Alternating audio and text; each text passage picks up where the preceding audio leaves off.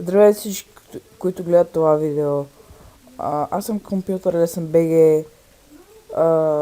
Този път ще ви покажа как да работите с Fraps и откъде си изтеглите пълната версия, в която няма вируси.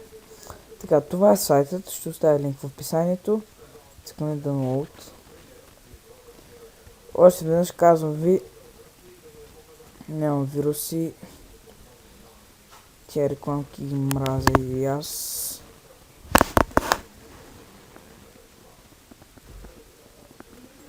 Влизаме в инсталатора.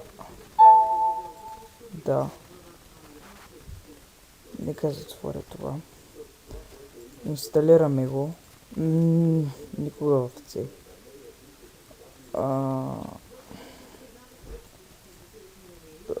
Момент. Ето тук. Така ще разхвърля файловете. Папка. Пише Fraps. Добре. What the fuck?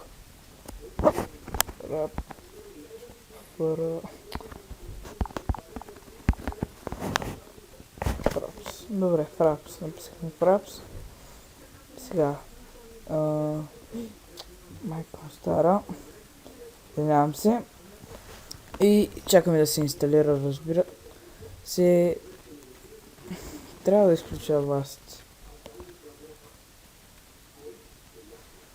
Значи, програмата е много удобна за снимане.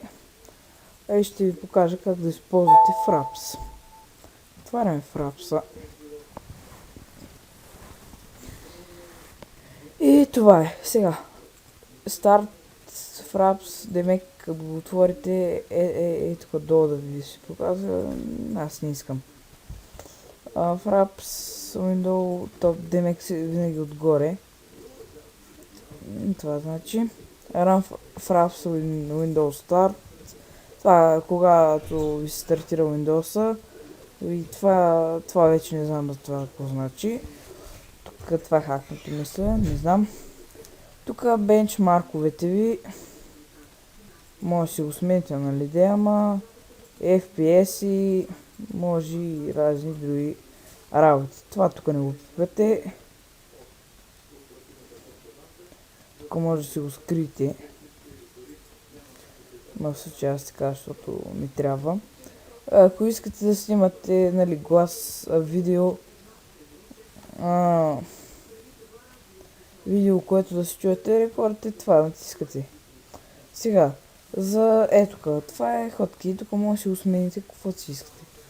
В Fraps Video Capture Settings за по-слаби 60 FPS и Half Size, може и Full Size, зависи как искате, нали да е, ама аз си го държа Half.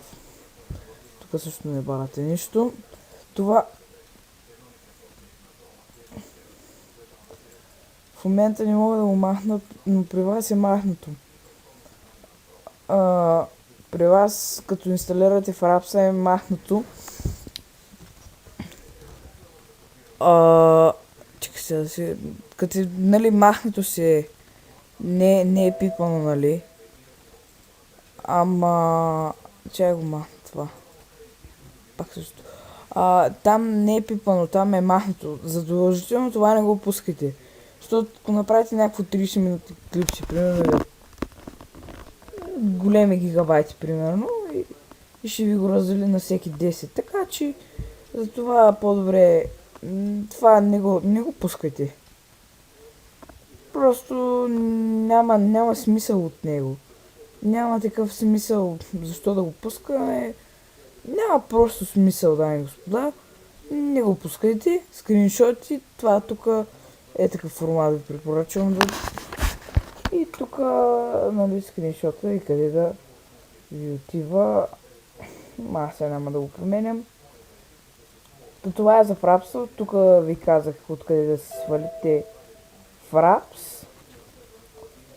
Това беше всичко от мен. Надявам се да съм бил полезен. Искам да кажа, че още веднъж в Fraps няма вируси. И това мисля, че се пада трети епизод от уроците How to. Надявам се видеото да ви е харесало и чао!